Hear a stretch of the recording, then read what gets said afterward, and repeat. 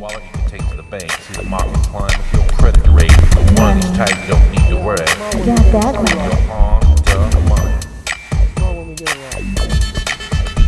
When the time is right in the market trend, put your money in stock, you gotta dip it in.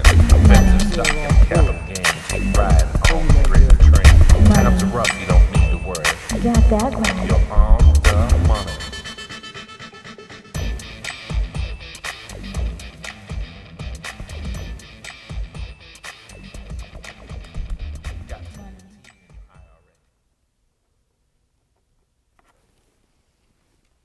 Are we up? Hi, this is Aidan Doyle. You are back watching the On the Money Show, which is a testament to our tenacity and the production capabilities of my crew. Thank you for coming back. This is episode number 14, and if the credits serve me correctly, what we're looking at today is the "And Behold, There Came a Black Knight" theme.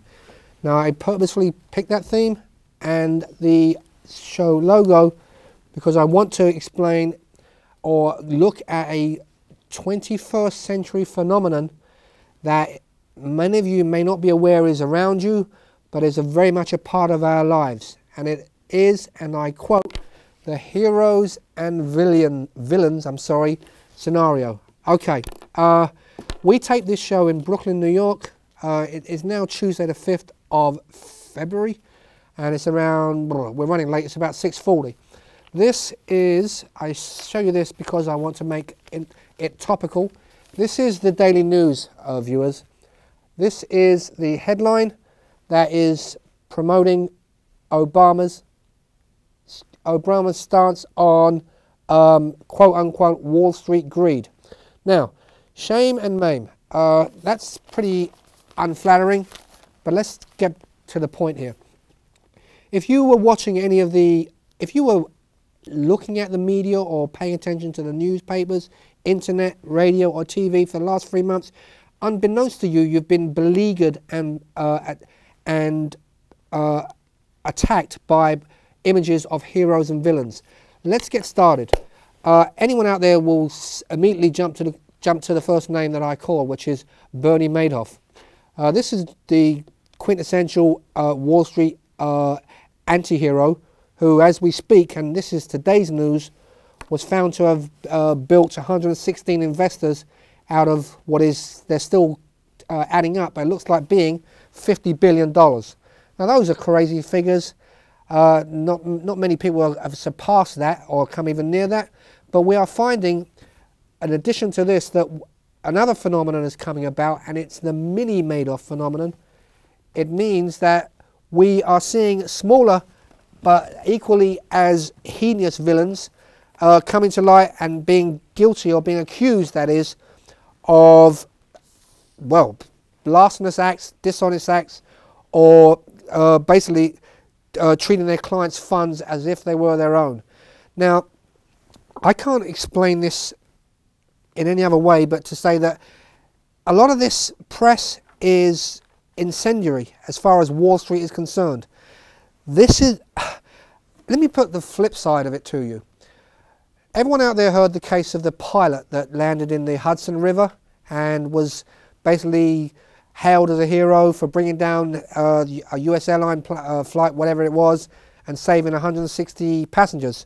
He was basically given the keys to the city.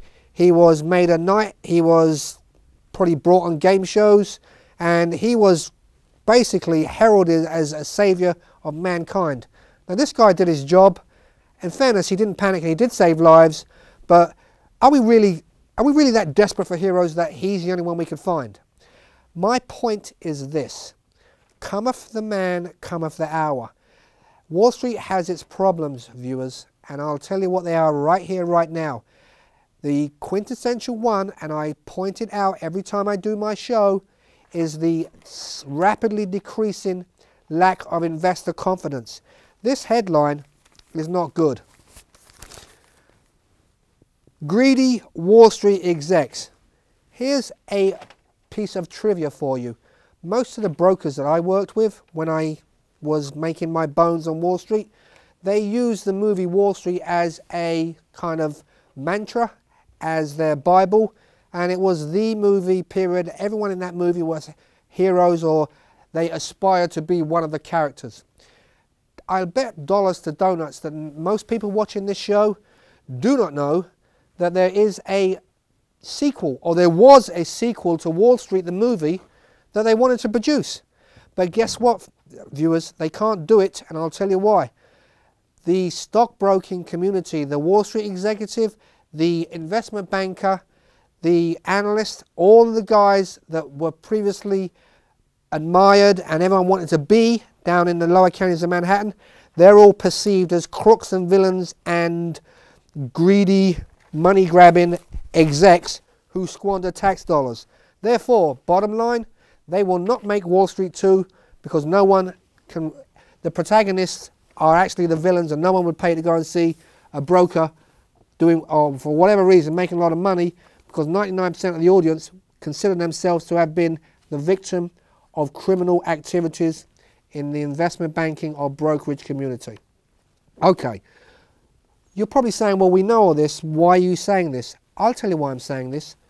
Because it's the speed of which content travels the globe.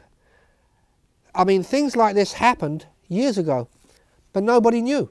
Or at least they didn't know in a nanosecond, and it wasn't put on blogs, on websites, on videos, on YouTube, on MySpace, on Facebook. It wasn't an immediate, it wasn't information technology we have nowadays.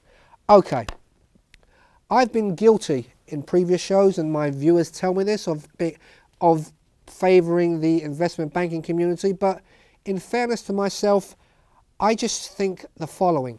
I think capitalism will prevail.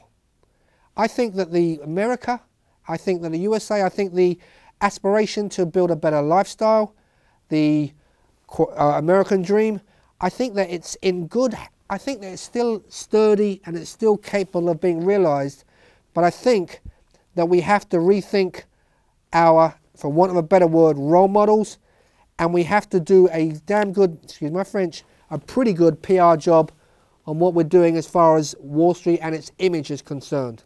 Okay, this show, I'm digressing. I've spoken a bit about the subject matter. I want to talk 2 minutes, and I should have done this at the top of the show, but bear with me because I'm by myself today. I don't have my co-host, so I'm having to wing it to some degree, so please bear with me.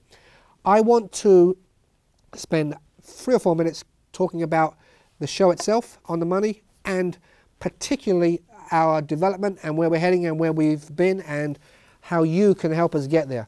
First things first, I will always bring to your attention any major developments we're doing.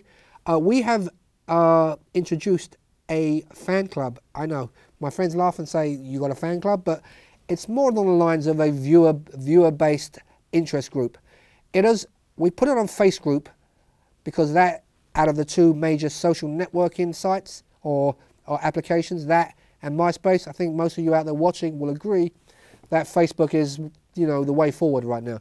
We have the On the Money Show official fan club, and I'm pleased to say we are leveraging, and I used that. We actually did a show on leveraging, ironically, a few months ago, so you should know what that means if you've been paying attention. We are leveraging our penetration of the market, our development, our audience share, our audience base by recruiting overseas presidents. So, without further ado, I want to thank the following people